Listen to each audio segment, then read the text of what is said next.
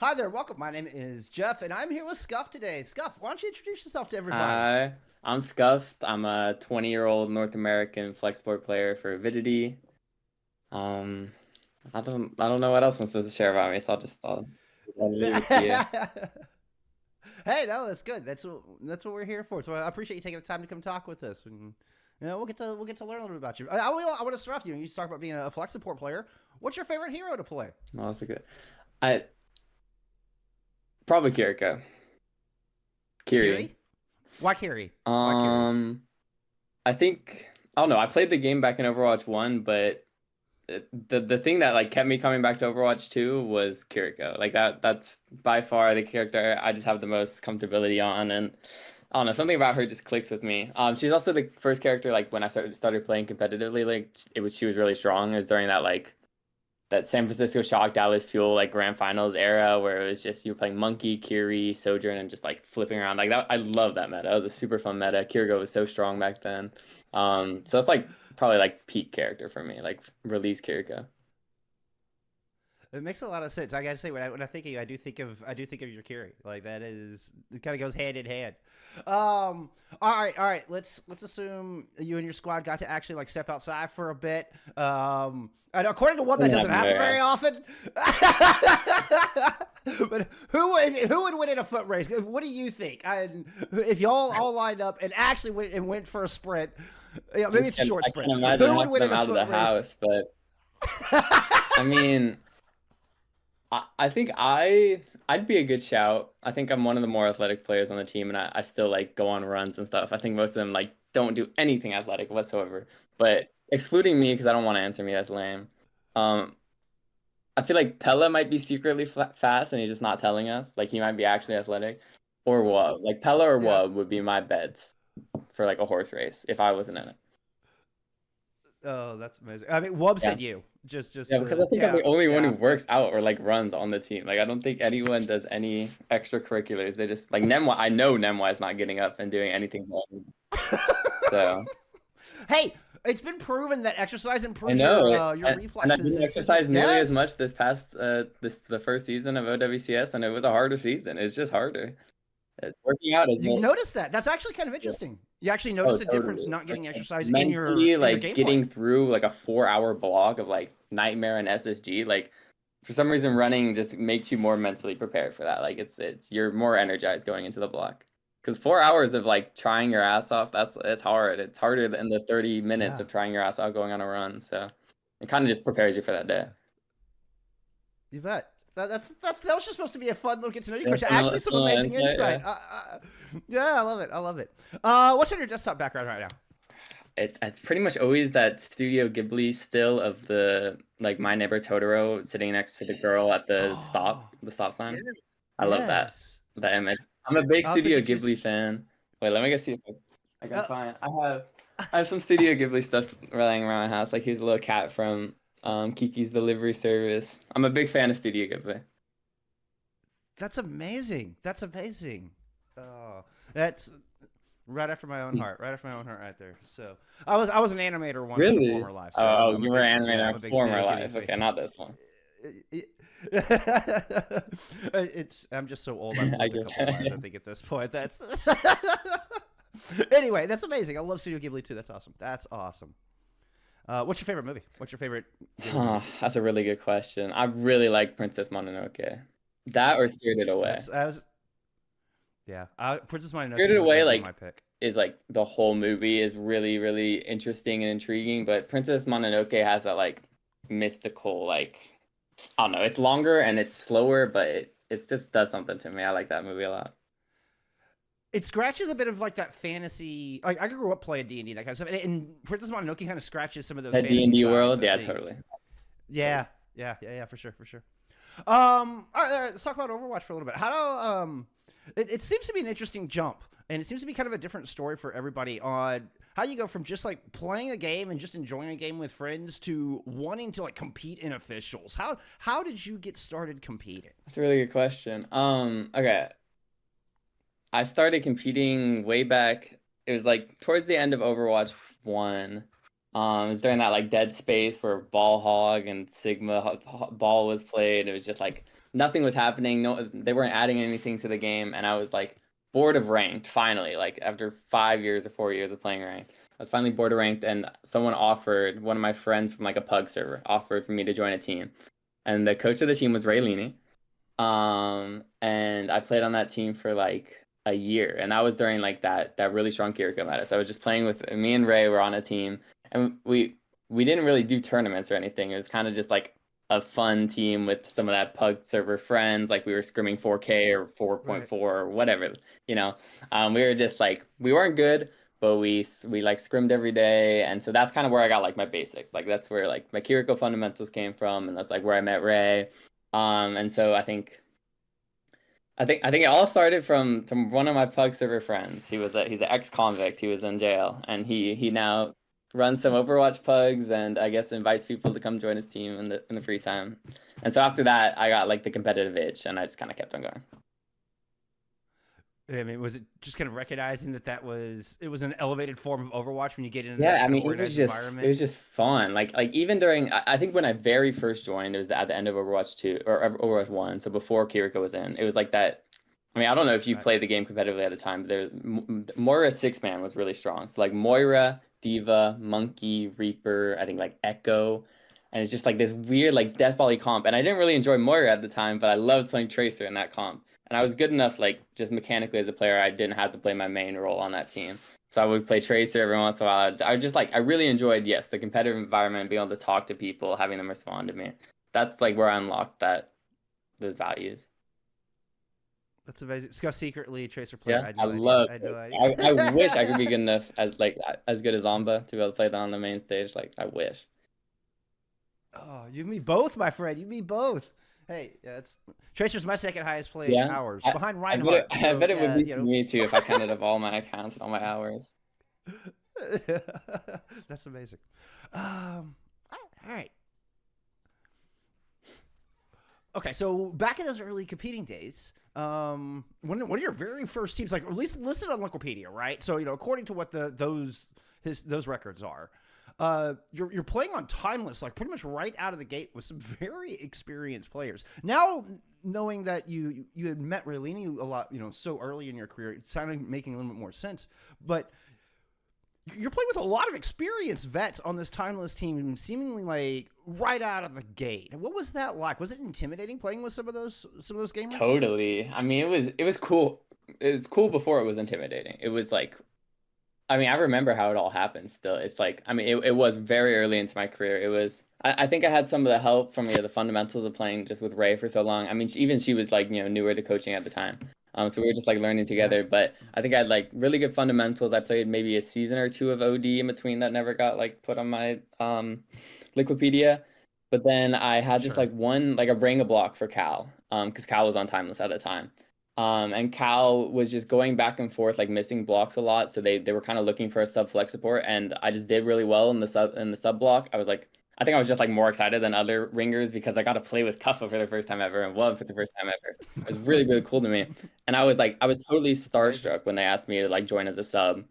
So I immediately said yes. Like even if I wasn't going to play, I just figured I would learn so much. And then there was the whole Cal shuffle with, he went to like Saints for a little bit. I don't know if you remember that season. Yeah. He was really trying to get in the Overwatch League. He wanted to talk to Mikey. Like I'm not going to put all his situation on blast, but he left the team. And we weren't expecting to have to play me. Like I was a brand new player to the scene. I had my fundamentals, but like I just wasn't experienced at that level. But it was like 2 weeks before the season started, and I didn't want to tell them to replace like the spot. I was like, I'll start if you guys want me to start. And then all of a sudden the meta becomes this like Tracer, Monkey, like the super divey comp. I think it was the Somber comp that like Atlanta Rain was so good at when they had Lip and Stalker. And I just I wasn't there on Ana at all. I played all my time on Kiriko. I just had no professional play on Ana. And those like Infected and all those like really good monkey players would just punish you constantly. And so it was a really hard season, but like even still looking back on that season, like I think I learned so much.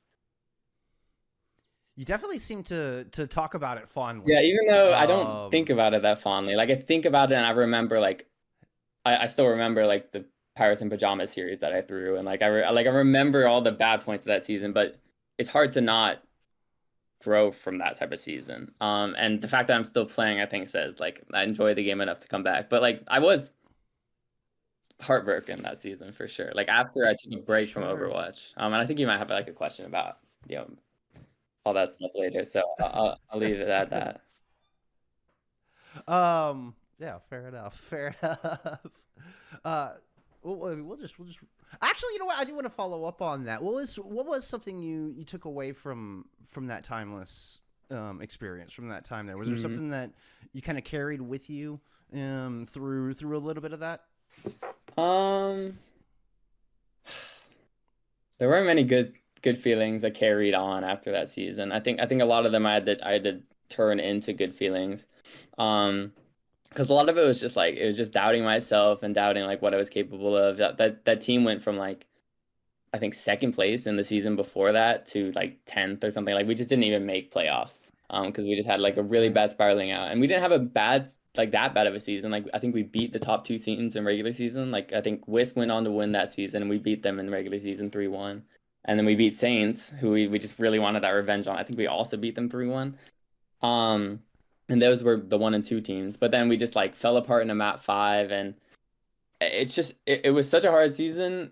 Because you have to finally learn the nerves of playing on like that main stage in front of the like thousands of contenders people. And I think at some point we were on like the mainstream of like OW_esports, and like I was so nervous for this matches. So I think if anything from that season I learned how to deal with my nerves.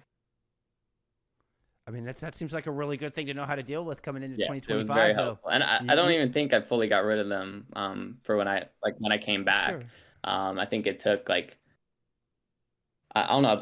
Probably the most nervous I've ever been was when I came back, because then I was kind of doubting my skills and stuff. I guess I kind of do a better like timeline. Like right after the contender season, I was like done with Overwatch. I was really sad about the way that the season went, and I kind of I like shouldered a lot of blame on myself, and I just kind of I was like, I'm done with Overwatch. Like if Overwatch isn't gonna treat me well, like if it's gonna make me feel crappy, then I don't want to play it. So I stopped playing it from like the end of that summer, up until the start of the next, I guess like middle of next year. Like it was like up until March I kind of stopped playing. I think I came back for a couple events. Like if you go to my Wikipedia, I have I was just pulling it up. the J3 tourney is kind of the one thing that broke up the silence, because I didn't play in that CGL thing. That was just I was listed on the roster, and I played in like a couple weekly things with some friends. But I was really done with the game at the time. And then some things that made me feel better was like Cuffa was always inviting me to like come play on tournaments with him. Like I could tell he wasn't harboring any bad feelings from the bad contender season we had.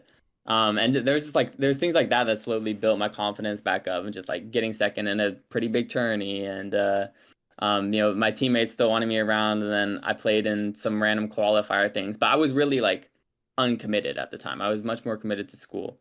And then the Avidity stuff started happening, and now I've kind of rethought how I think about Overwatch for sure. That seems like such a quick turnaround. It didn't feel that quick. I mean, it was a solid like 8 months of, is this what I want to do? Like, what do I want to play? Like it was a lot of like soul searching during that time. What'd you figure out during that time? I figured out that in order to do college and Overwatch at the same time, you need to be really committed to both and not do a lot outside of it.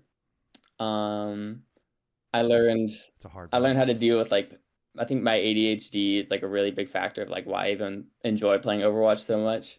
But I find it really, really hard to balance like playing Overwatch and doing homework in like the same, like they take up that same free period of time that I have. And so being able to consistently be like, I don't want to queue another game. Like even if I lost, like I don't want to queue another game. I need to finish this homework. It's like a maturing thing. I don't know. It's just an adult stuff. Like I'm just a kid who wants to play video games all day, and I have these two like careers clashing up against them, and I need to figure out what I want to do with it. And before, like at the end of the contender season, it didn't feel like it like Overwatch was a genuine option that could overshadow my collegiate career.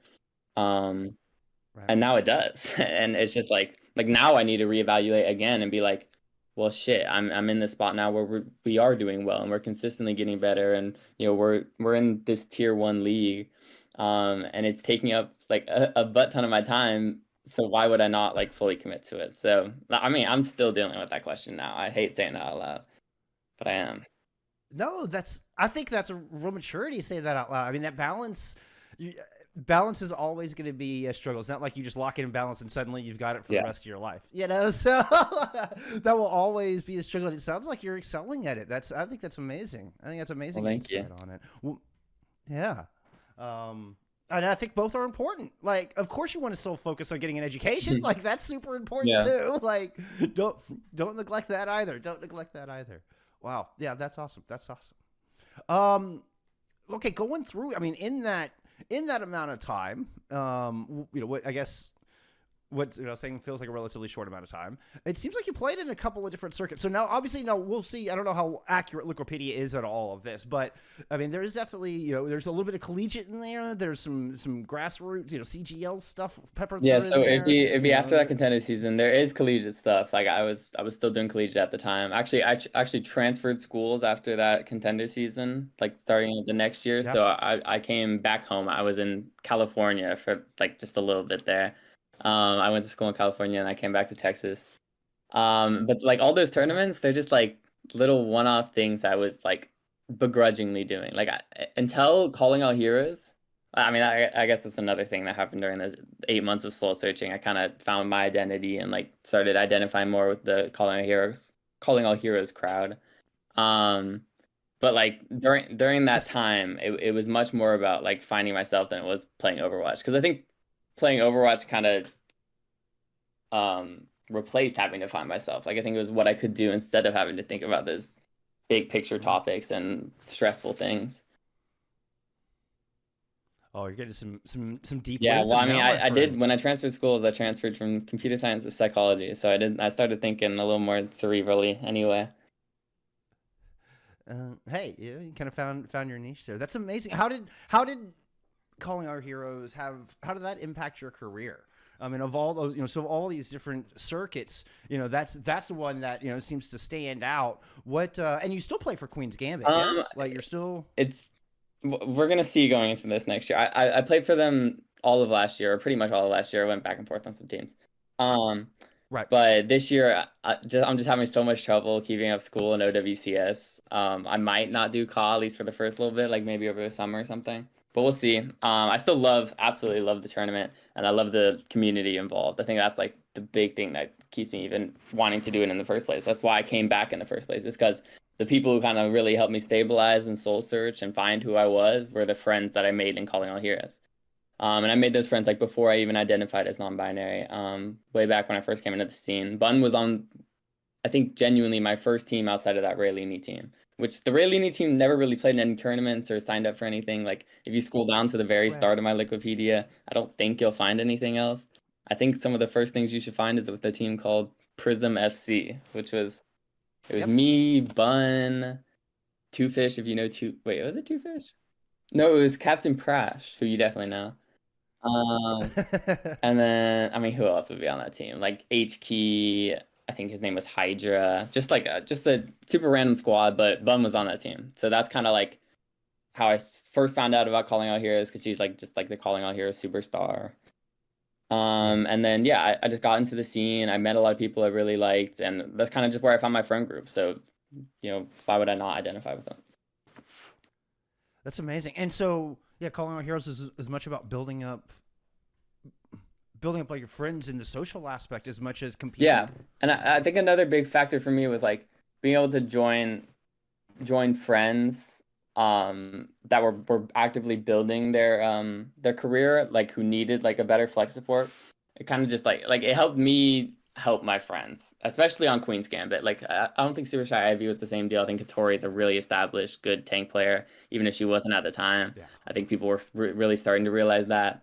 But like being able to play with Velvet and Santana and even Chloe Misson, it's been really, really nice to be able to like kind of carry in my own experience that they don't have, like my higher level experience. Because before it was never like that. It was on Timeless. It was all those people bringing their experience to me. But finally, I had some extra experience over them, and I was able to teach them stuff, and I really enjoyed that. So I think if anything, like the mentoring factor of Calling All Heroes and being able to like hoist up this clear talent that just doesn't have the space to like, what's the word? Just needs a little Yeah, guidance. I mean, they don't just have the space to work yet. Like, I don't think Chloe is Sure. the type of player or has the type of connections to be able to just get on like a tier 2 roster, like on Rad Academy. But because Rad Academy has like this core from calling out heroes, and people are finally starting to respect calling out heroes because of like the results that we've been getting recently, or at least us in calling out heroes because the results we've been getting recently. I think like the Rad Academy roster has been doing pretty well in the tier 2 scene. What's the Yeah. league called? Sorry, it's Masters. Is it FACEIT Masters? I think the Rad Academy Yeah, team Master has been doing Division. really well in FACEIT Masters, and Yeah. that's like, you know, it's that calling out heroes core that you see kind of build up that roster. So I really enjoy seeing that. It was cool. I saw one of your tweets trying to help promote Santana, and Santana getting on like a FACEIT roster. Yeah.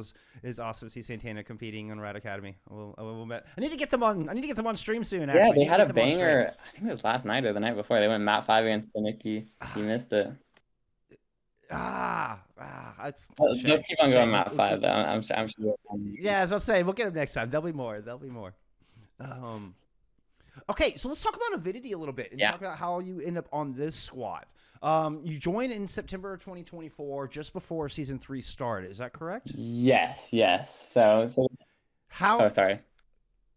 No, I go was just ahead, gonna say, please. the timeline kind of goes, if we're catching up from like when I first came back, like when I first came back and was like, I'm committed to playing Overwatch, was that first Calling Out Heroes tournament. I was like, okay, I'm gonna enter in Calling Out Heroes. You have to go through this whole any key process, and you have to go through this big process. So like, if I'm gonna do this, I'm gonna commit, and I'm gonna like try my hardest. So it was midway through the OWCS stage. Like, I didn't play in the first 2 stages. I was really uncommitted. And then yeah, going into that 3rd stage. Just because like I think how well I was doing in calling out heroes and a little bit of just like my friend group, that Green Fortnite group, we were playing in the FACEIT League, so it would have been season 2 of FACEIT League, maybe Yes. season 2 of FACEIT League. So it started Yeah, before but the you joined OWCS just before. seasons, but in the Yeah. Wikipedia, since it ended so much later, it shows up after. But like I started. I took Annie's spot essentially on Green Fortnite. And then we were doing pretty well in that league, and then we played in OWCS and we finished 6th or 8th, 7th through 8th. Sorry, 7th through 8th. And I was really happy with that result. I mean, I think other people on my team might have been so about it, but I mean, coming back for not even playing the game at all, or barely any, I guess. And especially like taking a break competitively, I missed out on that Amalgam meta, which I was happy about. Like, I've already gotten my fair share of Amalgam meta since I've been back, but I missed out on that Amalgam meta, so I wasn't really missing out on too much when I missed the game. And when I came back, it was like this really slow Ramatra Baptiste meta. And then yeah, so that the Green Fortnite team kind of broke apart, and I was looking for a roster, and Avidity we actually just played them to get the 7th through 8th, right? In the group stage, we played against Avidity in our group. We actually Okay. lost the first match against them 0-3. They kind of just stomped us. We were playing this Ramatra comp. They were playing the Monkey comp. Kind of reminds me of the Rad match where we just kind of like, they just played dive and won pretty easily. Yep. And then we rematched them, and we did our thing and we won. I think we reversed it, so 3-0. And then yeah, I was really impressed with the Avidity roster. I didn't know a bunch of names. In fact, I was still really good friends with Raylene in between like these teams and stuff. Like, we're just good friends outside of Overwatch. So we were already Sure. DMing about like, having to play each other and like us after the match. And I specifically remember calling like Avidity, like I used the term noobs because like I didn't know the names on Avidity. And she was so upset with me. Ray was so upset with me. She didn't talk to me for a couple of days. She said you still didn't apologize like a week later. So I had to like make my own apology. And then, 3 weeks later, I'm on that team. It's just, it's hilarious how that stuff works out. But yeah, I think Skier had some issues on the team, or I don't know. Skier was no longer on the team. They needed a new flex support. They needed a new flex DPS. And so they trialed me.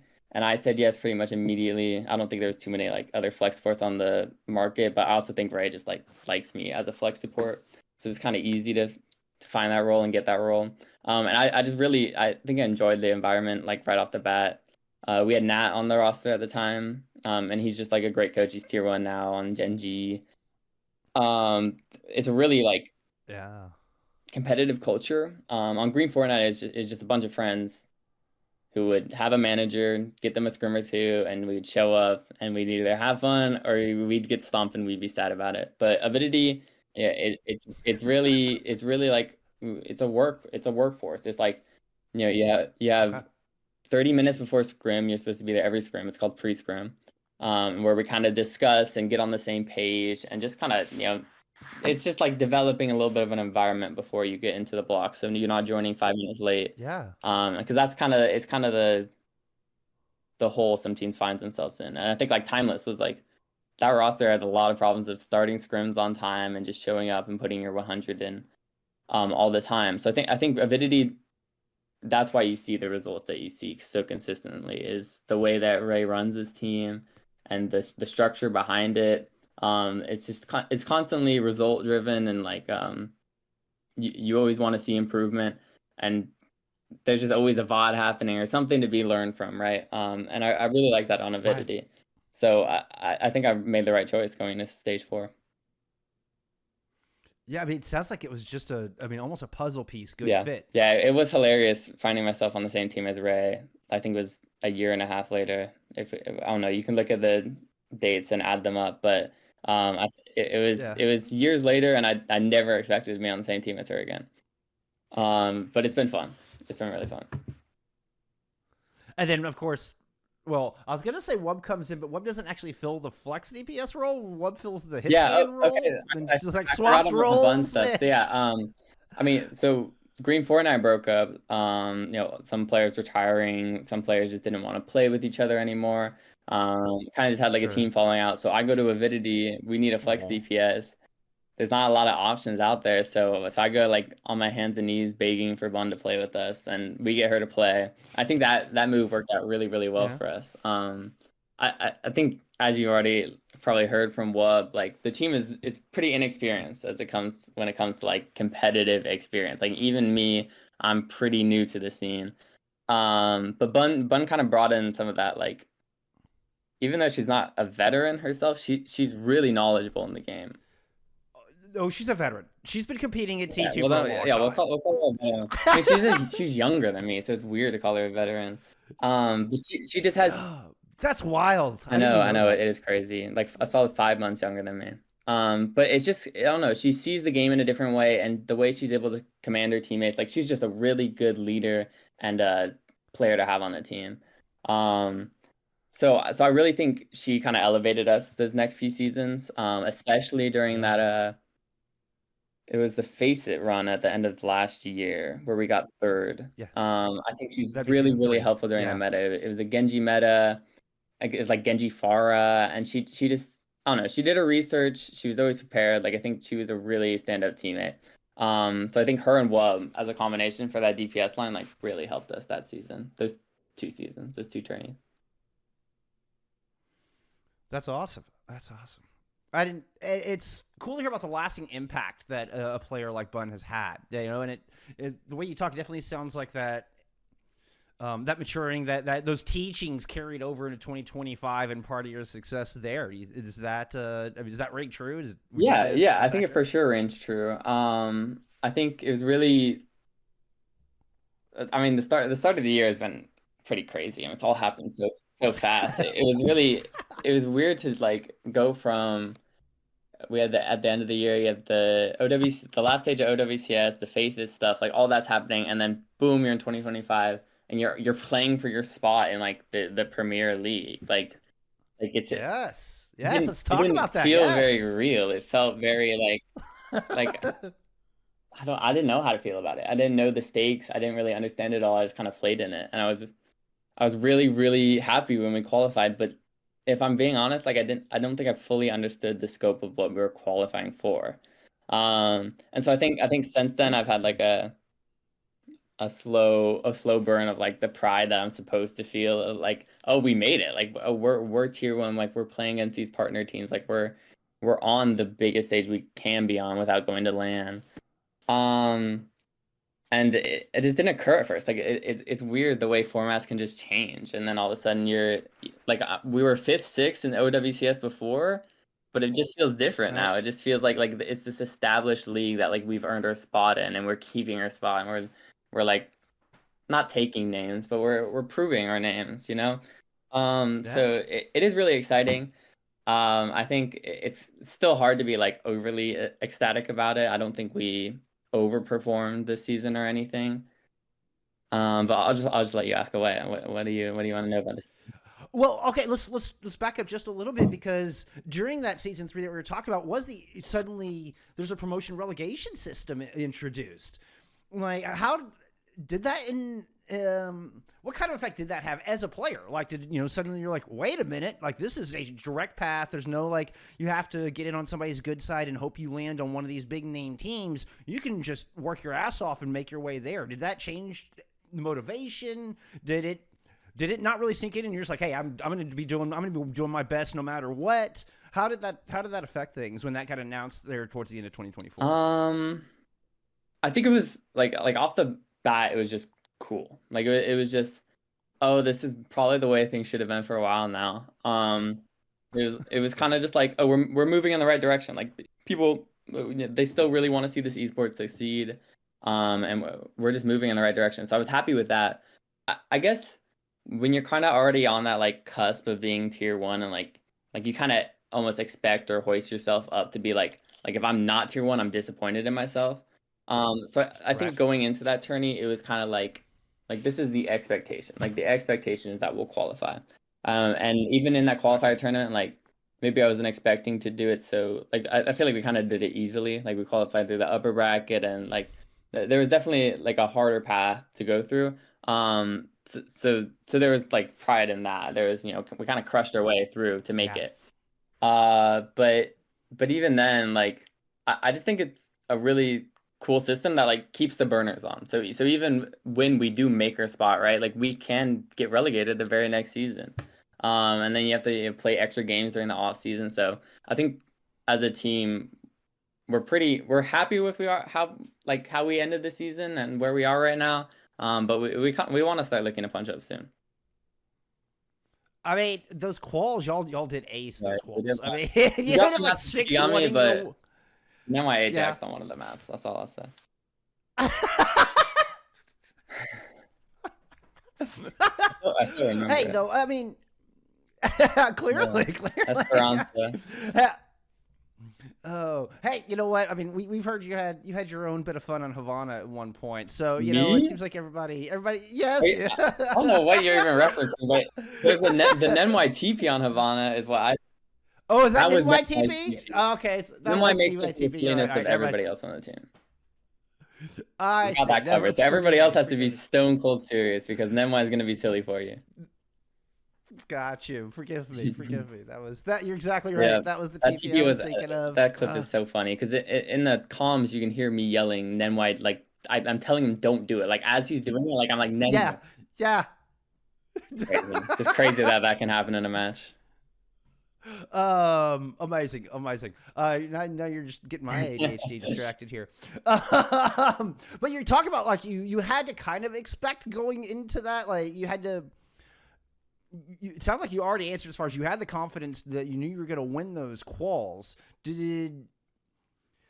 you think it was going to be that much of a sweep? And how did it feel when you actually made tier 1? Like, what was it like making it through those qualifications? You're like, boom, you're an OWCS. I mean, it was pretty crazy. Like after the Supernova match, we won it 3-0, and it really wasn't that hard of a match. And it was just like there was just like a moment of clairvoyance of like oh, that's like it's kind of what I wanted to do my whole career, right? Like it's like ever Right. since I started considering playing as pro, it was like that's the thing I would want to do. Like I would want to make tier 1, or like prove I want to make it to the highest of my capabilities. And I think tier 1 Sure. is. And while I still don't think I've reached like my actual cap as a player, I think this is where I can do it. So it's really, really exciting. I think there's kind of like a flip to it of like after I made tier 1, and especially after we like kind of qualified for playoffs, it's really hard to keep the burners on all season long. You're just going like especially because we had tournaments over like my school break. Coming back into, I had school, I had like transfer applications I was writing for colleges, and I had OWCS happening at the same time. And so once we qualified for playoffs, it was really hard to like stay locked in and be like, OWCS is the thing I want to do. This is what I need to improve on. Like there was just a lot of work in between there. So I actually do think kind of the whole team had an issue of halfway through the season, a little bit of burnout of like, wow, every single day we're gonna have 4 hours against these tier 1 teams of like, we're like a nightmare SSG block where like you need to perform at your best to even win a map. And so if you're not like playing to your full potential, you're just getting your ass beat in like day in, day out. And it becomes really hard to like to stay in a good improving attitude. So I think going into next season, like what we really want to do is see like steady progression throughout the season and like actually make a push towards the end to like, let's make some waves in the postseason like that. Obviously, next season we're expecting to go to the postseason. So next time we want to win in the postseason. We want to go to China, I think Saudi would be the one for next season. Were you happy with stage 1? I was. mean, I think. Sorry to cut you off. But I was. No, you're fine. I'd say clearly, I think you want to win every game, ideally. But looking back, were you satisfied with the performance there for the stage 1? I mean, I was just really stressed going into stage 1. I was during the first few weeks, especially. I think we had a pretty nice schedule overall. Like we didn't have to play like most of the big teams till the end. We got like our Amplify match in early. We got a good win against Rad, nice and early into the season. And then perks came around, and it was just every single week there was a new meta and there was just something new to learn. I mean, that was the week where like right before perks came out, it was Simtorb, sorry. Simtorb, all of a sudden meta, totally breaking hazard. You play a whole different comp, and then perks come in, and then is it a new comp or like is this comp still OP? Like what's Liquid playing? What are other people playing? And then you go into playoffs, and then people are actually starting to figure out what perks did to the game and how the meta changes. And oh my god, it's a Mauga meta, and we're all stuck on Mauga. And it's just like, I don't know, to keep all those things balanced and not have Overwatch be your only thing and still be able to learn metas week in and week out is like it's a lot of work. And I think our team did well, but I think it's just harder for a team like Ours who doesn't have a dedicated team house and dedicated money, and like most of the kids in our team are doing something outside of Overwatch, right? And so when, trying to get an education, when these big events happen and constant meta changes happen, it benefits the people who can be at their computer 18 hours a day and learn what they need to learn. And even just like being able to queue the game for 12 hours a day, so you just have those perks running in the back of your head compared to the other players who didn't get in nearly as many hours. Like you're doubling the amount of reps that we're getting. Sure. So it has just become harder to compete. But if anything, it's just more of a motivator. Like I don't want that to happen again next season. Like I'm not going to let people outwork me again next season. It was just a really rough season for that. Like I think it pushed me to my limits of what I thought I could do. Like the amount of work I thought I could do in a semester for school. I mean, there had to be some good fun memories from stage 1 as well. Like, let's share me a good fun memory. Was really nice. We had right after I think our first week at OWCS, we were finally getting some good scrims against like the partner teams, and we were actually doing well in them. Like we were so motivated to like play these teams, and so we were like going even, maybe taking a scrim every once in a while, and that was super duper motivating.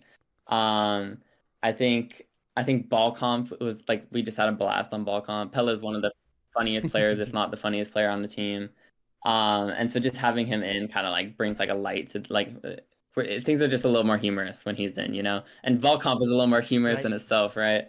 So I think our highlights from the season would be on Ball Comp. We have fun on that comp. That's awesome. That's awesome. I mean, there's a question here about like things you want to improve on. You kind of already talked about some consistency moving forward, and I feel like you've been very hard on yourself. I'm just skipping the toughest match part. I think we've already kind of touched on that enough. But aside from just consistency, what's some things you would like to work on going forward? What's some goals for you personally as a player, as well as just for the squad throughout the rest of the year as well? I think we can kind of combine those into one question. As far as things I want to improve on, I would say the consistency stuff. But for me as like a player, I definitely want to look to be like a more consistent leader, I guess, in game. Like being able to know how your comp plays versus the enemy comp, and especially on a character like Juno, who doesn't individually have that playmaking potential, being able to like command the troops, or at least get your like all the ducks in a row, right? Being able to be on the same page and consistently play with your team at their best. It's something that we're definitely struggling at towards the end of the season, just all being on the same page, because we all have these different ideas of what is going on with perks and the meta, and like it's just really, really hard to have 5 people on the same page in a match. And I think that's what the pros do so well, is they're all on the same page. They're all able to tap into that just like competitive energy and be like, okay, let's win this game. Like we all know what we need to do to win this game. So that going into next season, I really want to focus on being a leader, especially on Juno. And I want to get really good at Ana. I want Ana to be like a character that I don't really. I mean, even now I think I'm good at her, but being good at her doesn't help you against UV and RuPaul, right? Like you have to be stellar at these characters. Yeah. So I want to be like. There's being good, and then there's being the best. I want to be able to match Ana against UV and be like, yeah, we can win this. Like, let me just follow my command, like go on my nade. And so I think a lot of like confidence, the confidence goes with the leadership thing, right? Like the more confident you are, the more likely you are to just belt out your fight plan, and the whole team will follow. And as long as you say it confidently, it's gonna work more than it doesn't. So going to next season, I would say confidence. I would say hero pool a bit. Hopefully you'll see some more Ana from me.